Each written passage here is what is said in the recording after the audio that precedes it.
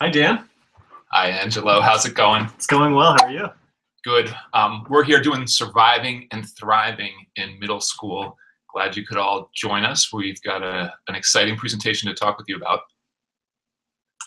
This is, I think, one of those really pivotal points in a adolescent's life. And so I think it's just the kind of thing that we can't talk enough about, because I also know it just brings up so many questions for parents and teachers, just how to really look at our interactions and be doing the best we can in terms of facilitating a good experience for the adolescents we love and care so much about. Nice. And I'm noticing a couple people are saying hello in the chat box. That's great. If you have specific questions now or as we go along, feel free to ask them. There's a slight delay, but we will get those questions and answer them for you.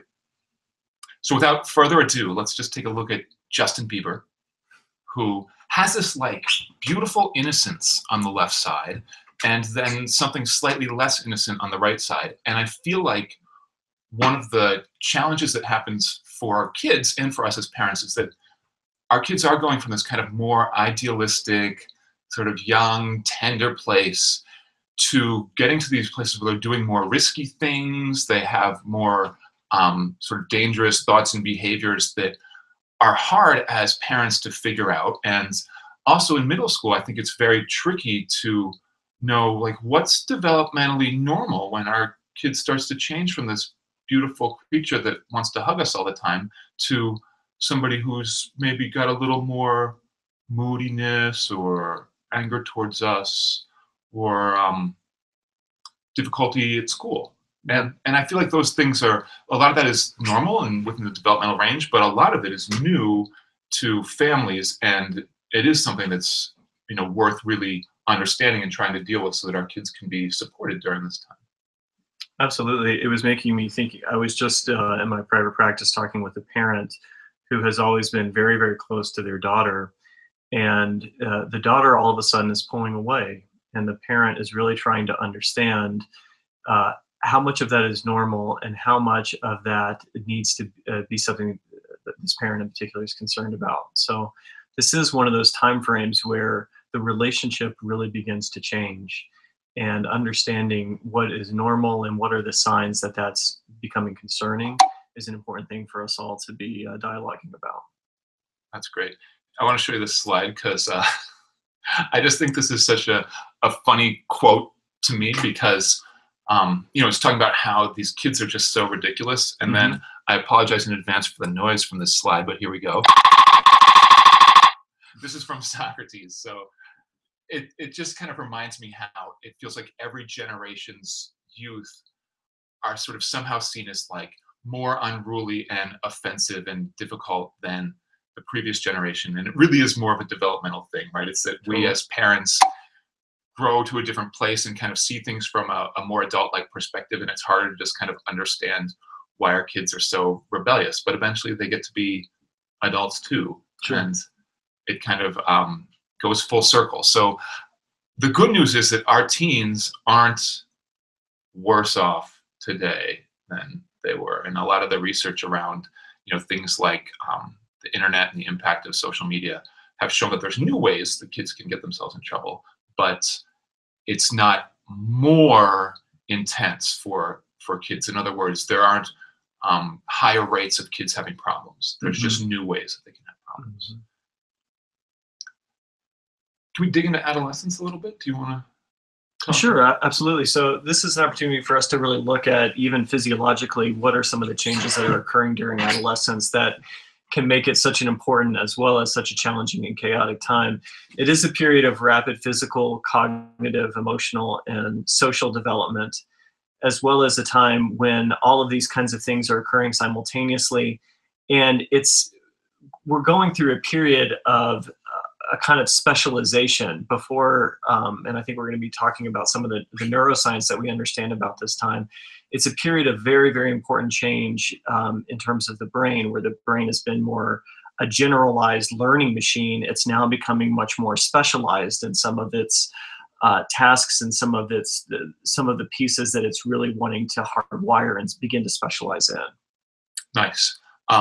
I want to just whip through a couple of these slides and get to the brain stuff because I think it's so interesting.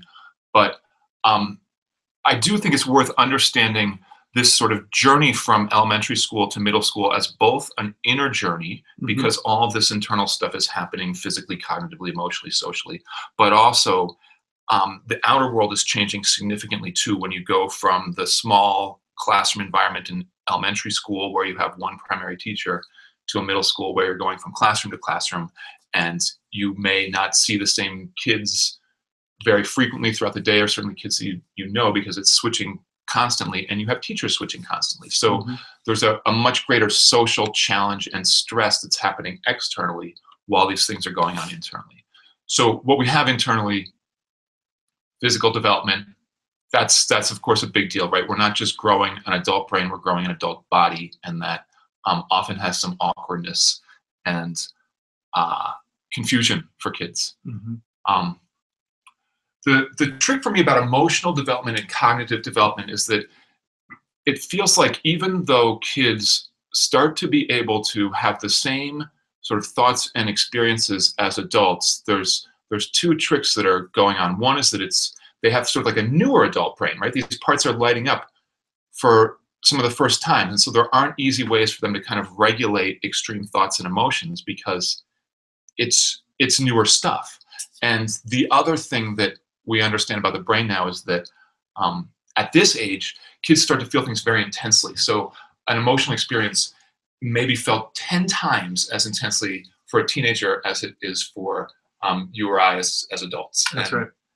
That becomes, I think, hard for kids to navigate, hard for us as parents to understand. Exactly, and I think there can be a tendency to kind of look at the intensity of the child's emotions during this time as being a little concerning, because all of a sudden there do seem to be more of these kind of emotional storms at times. But in reality, it is a time that's very, very vivid emotionally, and it's a time when we do understand baseline levels of dopamine are changing so that they're actually lower, but the reward for particular kinds of behaviors is actually higher in terms of dopamine secretion. So it can create this kind of very different sort of, almost it feels jerking, like the kind of emotional interaction that we might experience with our children during this time. Wow, that's cool about the dopamine. I really think that's something we're just sort of beginning to understand and appreciate, how our kids are affected neurologically.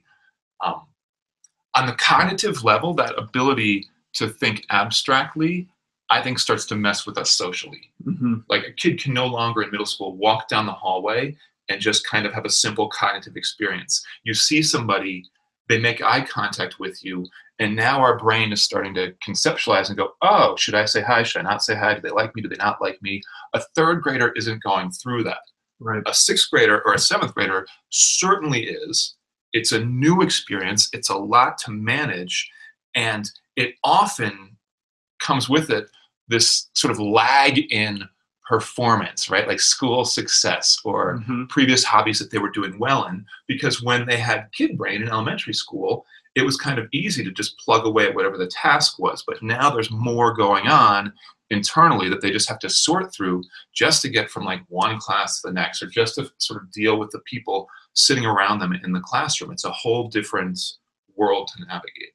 It is, and I think one of the things that makes it additionally tricky, and I think this is one of the points that the slide makes in terms of their peer group becoming even more important than the family, is that oftentimes the 6th, 7th, and 8th graders are so aware and self-conscious about how they're being experienced by their friends, while at the same time there's more of an internal drive to be turning to those friends for comfort, reassurance, even more so than parents. And I think that's oftentimes really startling for us as parents, to no longer be the ones that they're turning towards, but they're in this kind of bind where they want to be cool, they want to be accepted, they want to feel secure in those kind of friendships. And these are the friendships that internally they're really wanting to rely most heavily on for the messier emotional aspects of themselves. I think social anxiety is one of the major challenges for middle schoolers. Kids coming into 6th grade, I often get them in my practice because they're suddenly in this new situation that is very hard to orient to. And if you were maybe a little quiet or shy or just kind of on the outsides of, the main activities in recess as an elementary school kiddo, you might not have even really like overthought that. You might have just sort of done your thing and it was fine. But in middle school, you can't help but have these basic questions about your identity in relationship to your other peers. Right. So you have to somehow reckon with this social question of, do they like me? Do they accept me? Do I fit in? And that's hard and overwhelming because in middle school culture, it's not necessarily very healthy, and it's not, this sort of like totem pole of like what's popular and cool and what gets, made fun of is often, a little toxic and challenging. And so as parents, even though they are kind of focused more on their peers, if we can have a strong, trusting relationship and kind of help them navigate through it and be able to share what's going on in those moments, I think that makes a huge difference. A lot of times, though, our kids won't want to talk to us so much about those moments. I wanted to skip to our brain slide because you mentioned dopamine. Yes.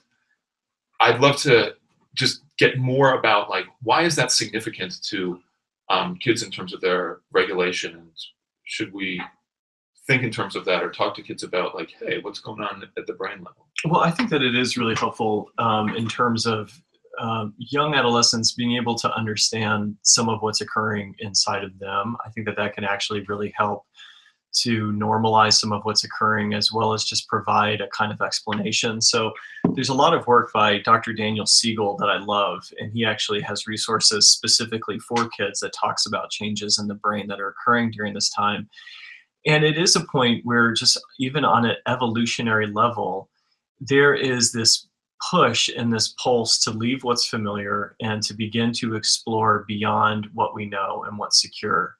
There's this metaphor of kind of being in, it's kind of affectionately referred to as the oatmeal house, because if you can imagine just being in this situation where every morning you wake up, you're woken up by parents who then bring you downstairs, and you have oatmeal ready for you, and then you're whisked off to school where you have a snack prepared for you, and you have all of this support, ready-made support around you. Lunch is there. When you get home from school, you have dinner prepared, and then you're going to be bathed and put in your PJs and tucked into bed. This is a pretty good gig. I like this. Yeah, this is a very, very nice gig that we have as human beings. And if we just stay in that kind of center, the species doesn't grow and evolve. So I think we have this kind of evolutionary push, which really begins to come online in our brains, in our nervous system, to push beyond what's familiar so that we're kind of exploring new things, which is why adolescence and these early teenage years can be a time where it's hardwired into us to begin to move into other relationships rather than the ones that we know. And so if you think about what would need to occur internally in order for that to happen, one of the tricks that the brain does is things that we have historically found comforting and rewarding, we no longer find as rewarding. And that creates inner kind of agitation or frustration or desire to find new things to excite us, which is where we see some of the changes in how the brain rewards us for experimenting with new behaviors. This obviously creates risks because sometimes those behaviors can lead to things that can be quite destructive. But if we understand or have a context around it, that this is actually a way for us to really begin to explore new aspects of ourselves and new aspects of the ways that we might behave and engage with the world, it can help us understand a bit about what's going on. So what's happening for the kiddo that's actually not taking risks, that sort of is maybe just kind of fearful, anxious, and they'd rather kind of cocoon up, and the oatmeal house is maybe really nice, especially if there's like a video game that they like that's in the basement that they can just kind of hang out at. Just kind of avoid with. Well, I think it's also important to just remember that different kids have different paces in terms of how they may want to develop. So I think it's important to that a parent really work to be attuned to their particular child and what kind of pacing feels appropriate to them. I think as parents, we don't want to push too hard, too fast. but we do want to have we want to be moving towards the kind of relationship where if you as a parent are having these concerns, that it might be the kind of thing that you could find ways of talking and dialoguing with your adolescent about, exploring what is happening for them in their social circles, finding out, hey, currently in school, which kids are you finding you're connecting with most right now? Who are you hanging out with most? Or who are you hanging out with not as much? And having kind of like rabbit ears, something I sort of talk about as parents. You know, when rabbits hear something, their ears kind of prick up and they orient towards the sound. Having those kind of rabbit ears as parents when we hear about friendships that have been really important beginning to fall apart. And then that being paired with behaviors of more isolating or avoiding that we might begin to see with our teen or our adolescent in terms of hunkering down in the basement with the video games more. Nice. This slide is talking about some of the things that are happening neurologically, and this is a sort of unique thing for adolescents as we go from kid brain to adult brain. Mm-hmm. And I kind of liken it to sort of building the infrastructure, the kind of superhighways in our brain, especially around these new skills of thinking abstractly, having a more complete sort of spectrum of thought, and also a more intense and complete spectrum of emotion. And how do we kind of regulate that and understand that? That starts to happen during these years. The brain speeds up. The brain starts to produce many, many, many, many more neurons than it's doing for yours or my brain right after this period of time.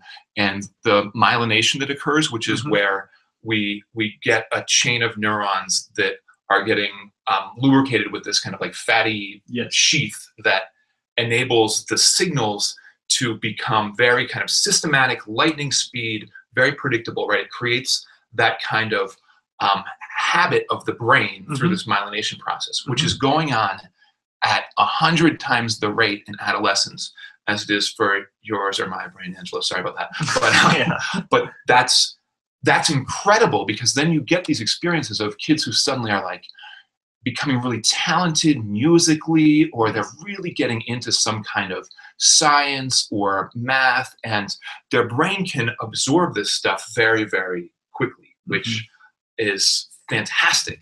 At the same time, we're also learning management styles, inner sort of ways to regulate, ways to deal with navigating the social world. And that's where I feel like pruning comes in, because we want our kiddos to go out there and challenge themselves socially and grow that way.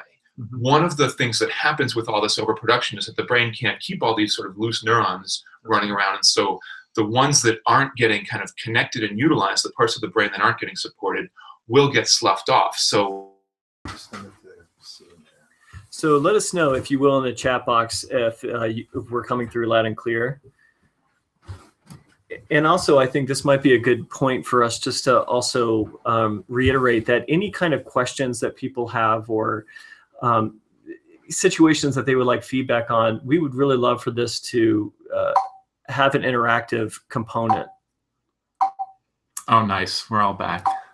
All right. So, Angelo, I want to ask you a question, because this part about the brain and the social development that makes kids kind of super self-conscious at this age, I often end up encouraging parents that elementary school are great years where you can make them try new things, set up play dates, get them in an after-school program, try a new sport, and that you're not having to deal with all this extra sort of questions about self and am I good at this, and are people watching me do this new activity that comes with middle school. So if our kids are kind of reluctant to try new things in elementary school, they're going to be even more so in middle school. And an additional challenge in middle school is that if we're sort of steadily progressing in a sport, it's no longer just about the sport, but we have to kind of relate to it now with our budding adult brain that has this extra question of like, how does this look socially? How do I fit in with my peers with this? Am I particularly good at this on the team? And that extra baggage can make the experience uncomfortable.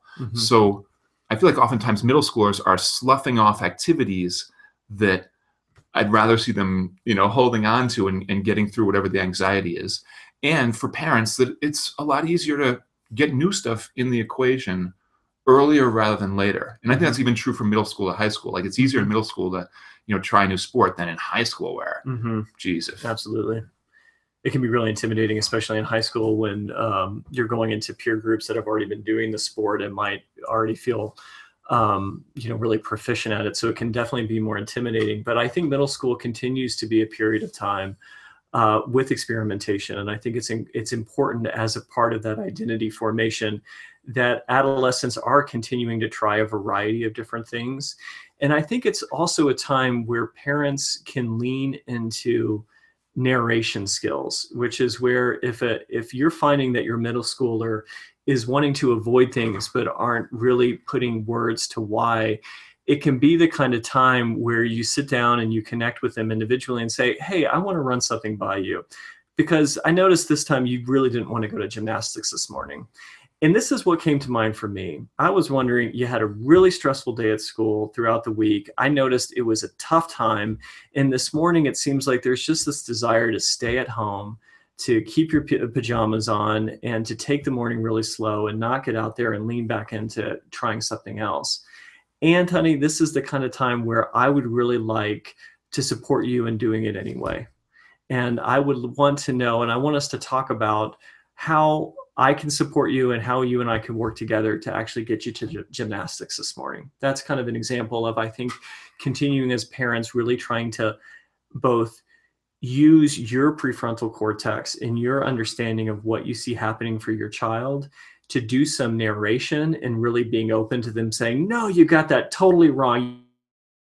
I love this slide because Erik Erikson puts in very simple terms the psychosocial experiences of our kids and what's happening shortly before middle school, this kind of 6 to 12-year-old industry versus inferiority stage, is that they're getting good at something. They're figuring out how to master skills. And what you were talking about, Angela, with people just having that thirst to kind of get out of the oatmeal house, these are the years where kids really start to feel like, oh, I'm good at gymnastics. I'm good at something. And having that in place before your brain really starts to crank up and think abstractly in this next stage of adolescence, having the sense of competence and that I'm good at something makes it so much easier to feel this kind of confident sense of self-identity when you're going through these adolescent years, because you go, oh, I'm good at gymnastics, or oh, I'm a good student, or I really love the play or band or something. And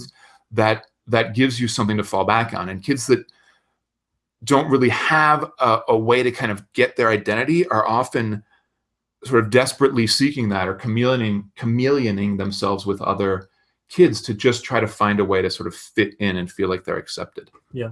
And I want to point out that we had a question come through, which is great. We love to take questions and address any kinds of pieces that might be coming up for you, the listeners, right now. But we have a question: can these changes start in kids as young as 10 years old or in 5th grade?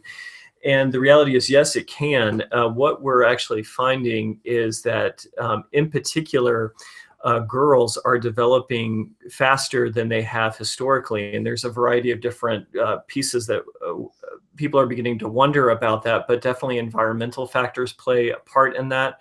But yes, it is possible that if you're beginning to wonder some of these kinds of pieces about if this is happening with your child that's not even in middle school yet, it is possible. Typically, the ranges that we see, especially with some of the nervous system changes and the brain changes, are around 12 to 26. But given genetics and environmental factors, it can happen either before, or there can be even a lag with some of these things afterwards.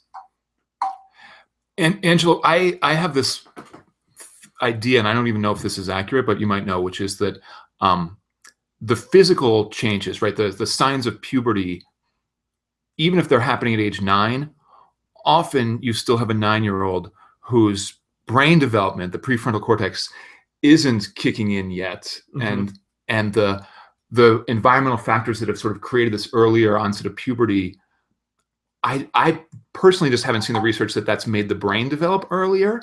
I've seen that that's sort of created these like problems for kids that have a developed body and an immature emotional brain. But you might know more about that? Well, one of the things that I really encourage parents to be considering is that actually you're their prefrontal cortex during these times. And I really think that that's actually true even throughout the teenage years. So what does that mean to be somebody's prefrontal cortex? If we think about the prefrontal cortex as that part of the brain that's really helping to language, sequence, integrate some of what's occurring with the emotional brain, it's that part that's trying to make sense out of the kind of emotional storms or the intensity of the impulses that are arising for your adolescent.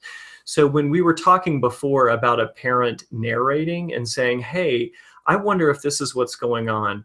Help me out with this. Correct me if I'm wrong here. But then telling them a story.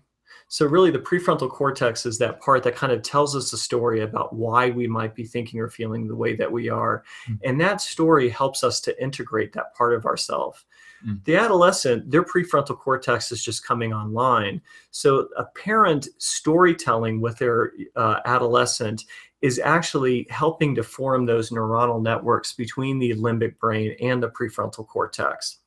And that can be very stabilizing and comforting for an adolescent. Again, we're getting more questions, but is there? Yeah, well, there's a great one here about the identity being that I'm good at video games. And I want to touch on that in particular with the sensitivity middle schoolers have with becoming addicted or sort of having addictive behaviors in relation to video games.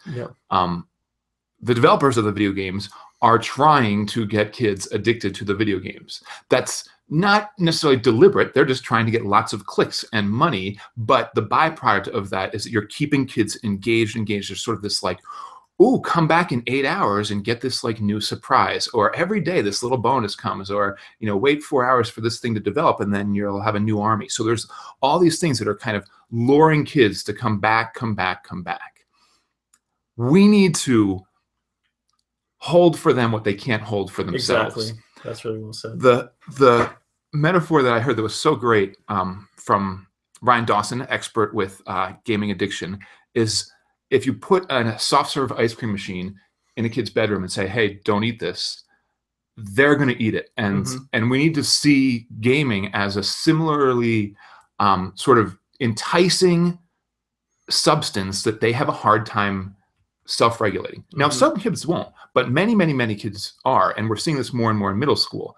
And the American Academy of Pediatrics says that more than 2 hours of entertainment media, so gaming, social media, anything that's not school related, that kind of thing, watching TV, entertainment media, any more than 2 hours is actually detrimental for the development of the prefrontal cortex. So the very thing that we're sort of wanting to come online during middle school is not sufficiently activated and challenged when we're playing video games. So it's something that we have to actively limit. It's sort of like limiting our kids' intake of soft serve ice cream. Absolutely. And I think the more we can systematically have limits in place, so it's not something that's constantly negotiated. Can I play a video game now? Yes or no. If we have sort of a formulaic way that the week works so that they can earn screen time, or during the week, no screen time, weekend, some is earned, that kind of approach that's sort of far-reaching in terms of a formula, I think is helpful to provide boundaries. And we've got to do it now. We've got to do it early, because as they get into high school, it's harder and harder to fight this battle. I totally agree with that. I think that, you know, this is going to be a period of time where they're working towards impulse control, but they don't have it yet.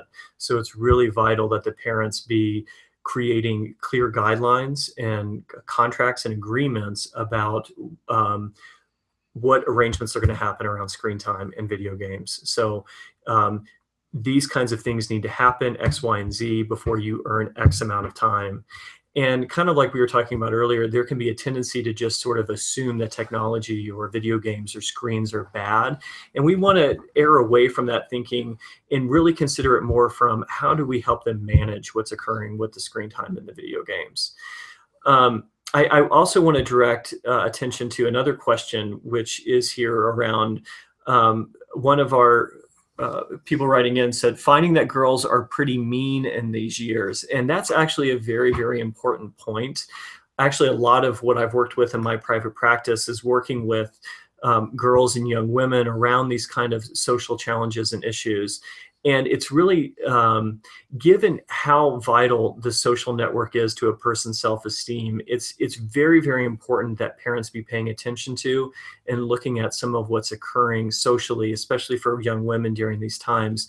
There's a fantastic book, there's actually two that I would recommend, by Rachel Simmons, who's an author that has researched this and written quite a lot about it. There is a book called Odd Girl Out, which is all about the kind of hidden aggression within girls and the social circles that goes on. There's also a second book called The Curse of the Good Girl, just talking a lot about the kind of pressure that young women in particular put on themselves to feel like they've got to be perfect and nice and kind. And I would highly recommend both of those books to any parent with a girl at home or a young woman, a teenager. There are just dynamics and scapegoating that can occur that's very, very important to take seriously, to talk about with teachers and principals if you notice that you feel like your daughter is becoming a target of it, and really feeling the daughter, the young woman, having the feeling that it's being heard and addressed and taken seriously. That's great. You know, Louisville Middle School recently had a group for girls called, I believe, Girls Leadership, and it was like a mother-daughter event, although I think there were a couple dads there, but I know my wife and daughter went there, and it was very much about how to, as a girl, sort of own your power and be able to sort of take up appropriate space in a situation, and how to kind of own yourself that way. And it was very, I mean, my daughter came home and was just, you know, talking, engaged, lively, just feeling like a leader, so to speak. It was really, really cool. And I think there's a lot of those things out there, and that idea of doing something with your parent, I think, is pretty cool, because one of the ways that we can really neutralize this is to keep the conversation going. If we're more focused on being able to support than trying to, like, you know, control, steer, worry about them too much, then we're in a better position to be supportive when this stuff comes up.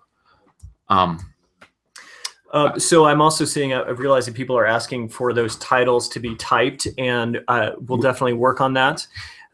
Again, those two titles, though, are Odd Girl Out and The Curse of the Good Girl by Rachel Simmons.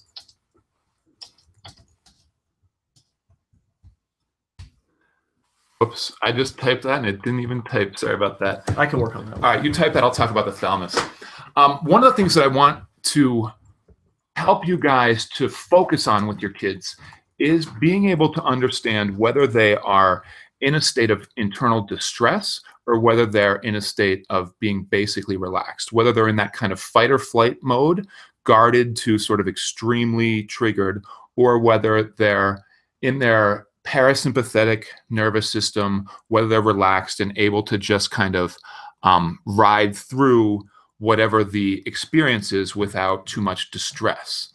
So one of the tricks that is happening in this fight or flight system is that our brain is overly cautious about being guarded. If anything is unfamiliar, or if it is a reminder of something bad, we're going to sound the fight or flight alarm, because it's better to be sort of mistaken and be falsely alarmed than to not be alarmed when there's a true physical threat. So in the evolution of our fight or flight mechanism, we're very cautious. So anything that's unfamiliar or reminds us of something bad gets flagged and it gets triggered, and we go into this fight or flight state.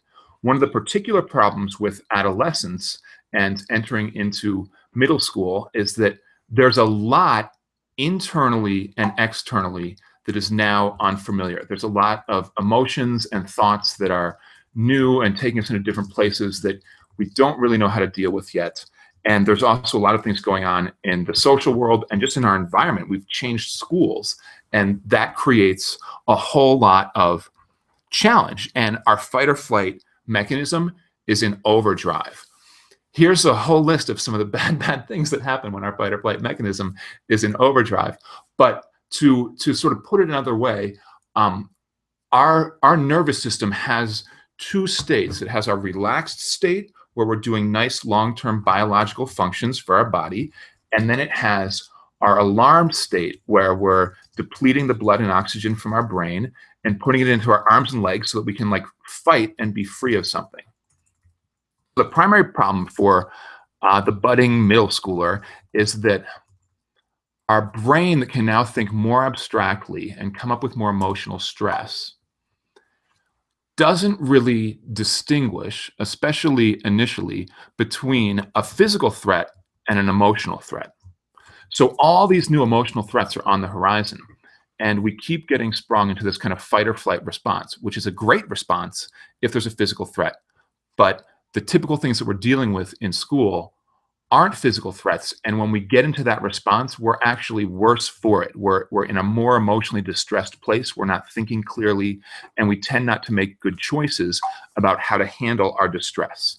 So one of the things that is really helpful to consider is whether or not your kiddo is in this kind of guarded, defensive place, especially when you're in conflict, or they're late for school, or they don't want to do their homework, or they're arguing with their sibling. Because if there's too much distress and we're trying to talk to them logically, we're talking to their prefrontal cortex, which isn't really highly developed to begin with, and it's especially handicapped when we're in this fight or flight state. The blood is not going to there; it's going to our muscles to run. So we're not thinking very well. So one of the important things for us to be able to do is to, with our prefrontal cortex and with our ability to regulate, is to kind of hold the situation, keep it kind of steady and calm, so that we can help our kiddos to settle down and chill out enough. We want to pacify before we problem solve. We want to just relax and get access to that part of the brain again before we start to go, okay, how do we fix this? How do we make it different? And that's really where I feel like the emotional validation can't be overemphasized enough. I mean, really, one of the most vital things and one of the best ways that we can really soothe our adolescents when they're in that distressed place is by slowing down and by doing a lot of emotional validation and saying, I understand this is really, really challenging what you're facing. It sounds like it was a very, very stressful day. And I can imagine that right now, there's just a lot that's happening for you. And you continue to validate and you continue to validate, because kind of like what you were saying, Dan, when they're in their limbic brain, when they're in their emotional brain, there's not a lot that they can hear until they're actually in more of a regulated place. And of course, as parents, when we see our kids distressed, we feel distressed. So our natural impulse is to go to our limbic brain, and then we want to get reactive. Often it's very easy to start coming from more of an emotional place ourselves. So this is where we have to use our skills as parents in terms of slowing down in our own emotional regulation to stay in our prefrontal cortex so that we can be soothing and present and connecting with our adolescent when they're struggling. Nice. The last little dot here, parenting is unfair at this stage. Part of that I feel like is important is that our goal isn't actually to sort of win all the arguments and convince our kids that their way of thinking is inferior and that we're right and they're wrong. It's to help them grow a brain that's able to regulate this kind of stuff. So often that priority trumps wanting them to apologize the right way for what they said to us when they were dysregulated.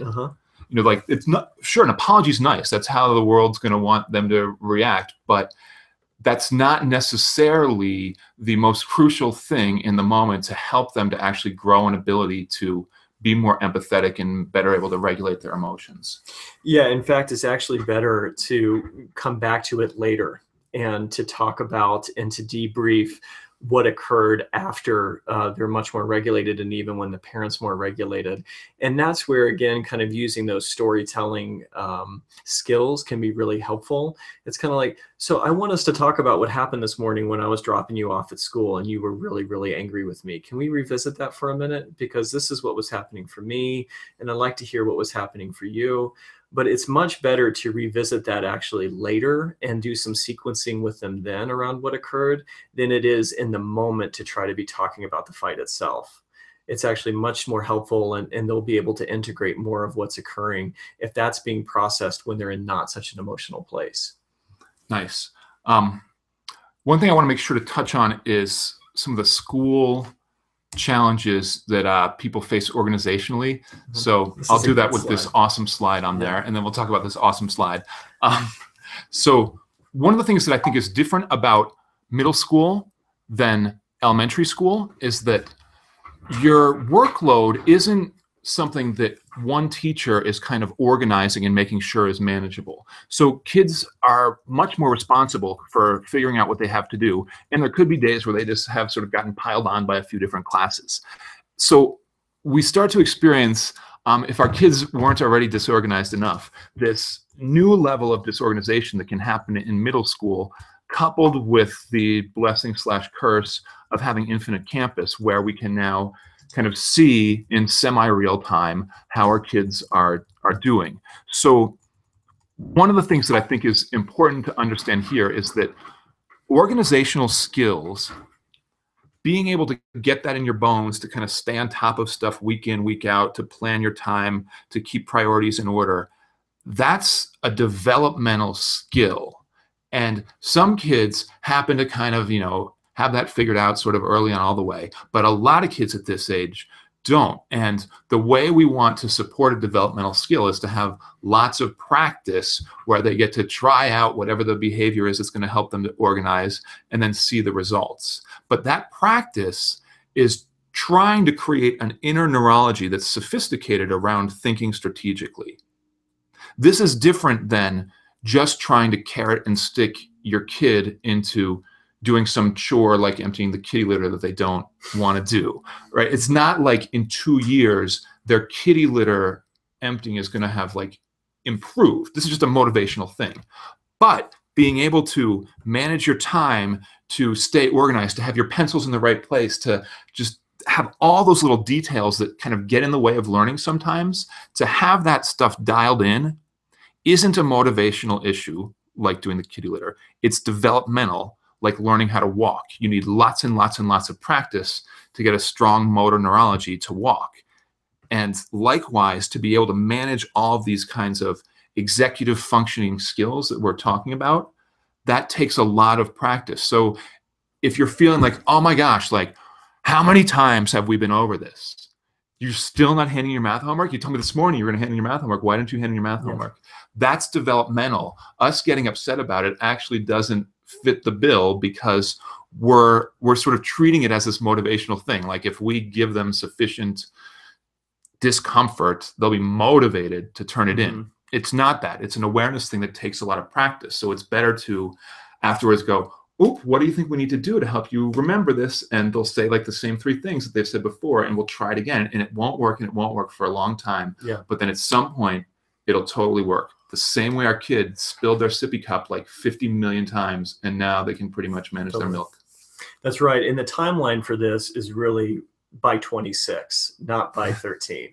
So let's trying to keep in mind what's developmentally appropriate during these times. And it's often for myself as a parent, when I'm beginning, and I really relate to what you're saying in terms of saying, how many times do we have to go through this? And I thought we talked about this yesterday. Those are actually indicators for me that I'm getting dysregulated. Those are indicators for me that I'm more in my limbic brain, that I'm in my kind of whole prefrontal cortex integrated brain. So that's often kind of indications, okay, I need to be slowing down right now, or leaning into my relationship with my partner to kind of be facilitating something different happening between me and my child. Nice. I'm going to throw another book out there. We'll see if Jan can get the author. Brain-based parenting is exactly what you're talking about in terms of being able to understand where we are and whether we're in this kind of caring, open, they use the PACE model of being playful, accepting, curious, and empathetic, and how to kind of tell when we're in that parenting mode versus when we're not, when we're feeling kind of, sort of guarded and defensive, and how to get back to that place where we're just having that sort of nice emotional flow and love going on. That's actually biological, right? This is Totally. It's natural to have that, and our busyness and anxiety of the over-stressed world interferes with that natural process. Real quick, this slide is we're now into sort of like the, hey, what you can do to validate your teen. Here's this mom trying so hard to just connect on social media, but basically whatever she does is it's going to backfire. Right? It's just a little wrong. It's just a little wrong. Totally. So and just be used to that. That's fine. And a quick note on your kids' social media. I generally say in middle school, we monitor it, right? If your kid is going to get a phone, get on some kind of texting thing, you know the passwords, you know everything about it, you friend them on their Facebook, that kind of thing. And over time, as they get into high school and into the later years of high school, we can kind of back down on monitoring and just relate to it from a lighter perspective. But we're going to manage this for them until it's really clear that they are managing the boundaries themselves. Absolutely. And I think it's important not to get induced by a lot of guilt, because there's oftentimes where our adolescents, they're masters at creating feelings inside of us that are just horrible and that we really don't want to have. And yet it's actually our right as parents to really know and to be up to speed about what's happening for them in their social lives. It's imperative. So being willing to hear their frustrations, being willing to feel the guilt, but not stepping away from staying aware of what's occurring. You have the right as a parent to really know what's happening in the life of your adolescent. So, gone again. Gone again. No, it's okay. No, we think it's okay. We're hoping it's just you, Anon 6580. They just have to refresh. You just got to refresh. So here's a dilemma for parents. We're talking about things like, all right, withholding like screen time and just having like strong boundaries around this stuff. Yet at the same time, if we were to take, say, an hour-long video of our middle schooler, there could easily be like 50 things that we would want to sort of correct them on, Totally. or question them, or Right. just redirect them.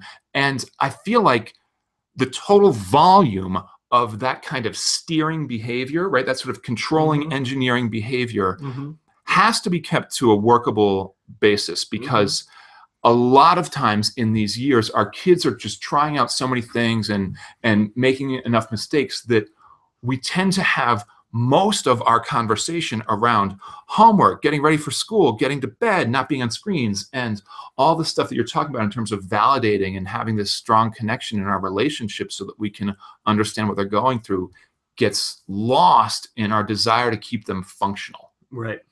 So I like to talk about steering, which is this slide, versus fueling, which is being able to hang out and just kind of spend quality time with our kiddos. And this is something I think we're really good at in elementary school, but it gets harder and harder. It's like the pressure's on. Your kiddo better be performing, and they're not quite performing. And in my advice would be, don't take a video of your kid and pick out the 50 things. Try to focus on 2 or 3 key things that are really affecting, the functionality of the home, school life, or their, inner world, and just make them, themes for a while. And the rest of the stuff, we can trust that time is naturally developing their brain, and they're going to grow into these abilities, whether we're the one to like lead them down the path with this perfect nugget of information or not. A lot of times I think it's much better for us to be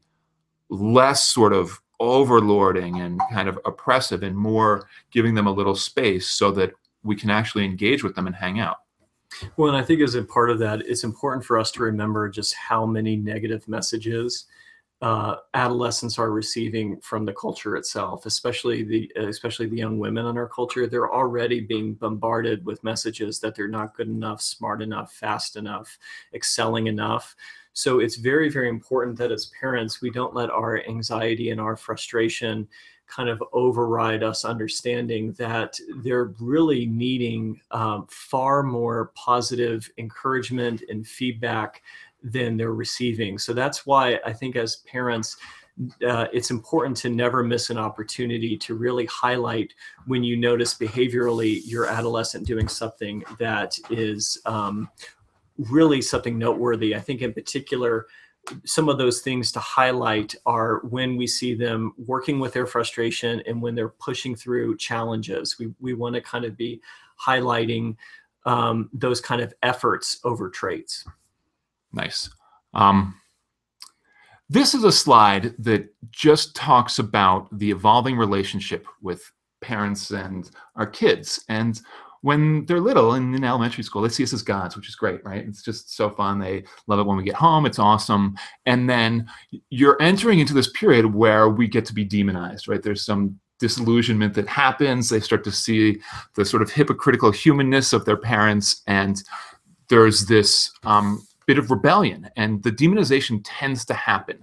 Going from being treated like a god to being demonized, I think is, for the most part, a given. The next step, going from the demonization to being kind of humanized and getting into that relationship of like more adult kiddo to adult parent, where they see you as a human being, I feel like that's the work of fueling. That's the work of staying in connection, of staying in relationship, and being able to do things like, all right, if we're trying to regulate and we get off and we, yell or are too punitive or whatever, then we go and we like own up and we sort of like, repair. we repair, we admit our humanness, and that kind of ongoing relationship, I think, helps to get them past the stage of being sort of mad at us for all of our imperfections.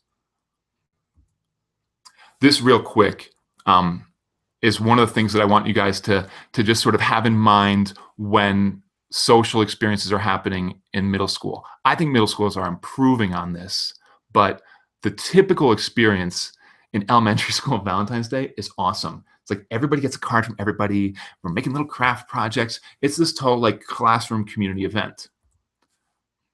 Now, in middle school and high school, it tends to be much more of this like, ooh, now there's this sort of popularity thing. Mm-hmm. There's this like social totem pole. Mm-hmm. And you can tell who's got the most flowers and whatnot is like higher on the totem pole. And Valentine's Day becomes like one of the most stressful days for the majority of kids in middle and high school, because they're not like getting the 50 roses or whatever. And it just feels like, I wish I could like hide and not have this day go on. Mm-hmm. But having said all that, I want to go right here to 4 out of 5 teens go through their adolescence without major obstacles. So going back to that idea of like, there are developmental challenges when we go from a kid brain to an adult brain. And we're going to have some ups and downs, and we're going to sort of fall and learn from it.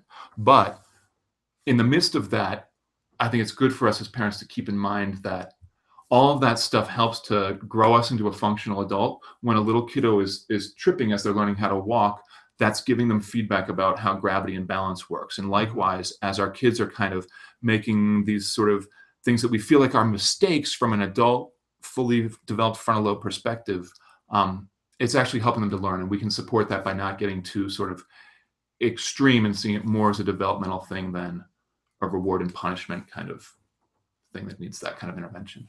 Absolutely. And I think it's a good time also that if parents are listening to this and you do have concerns or questions around what's developmentally appropriate or what's something to be more concerned about, I think being willing to consult and find out from professionals and being willing to just bounce ideas off of people is very, very important, because if you do have a concern, it's much better to be addressing these kinds of things now than to be waiting or putting it off into the teenage years.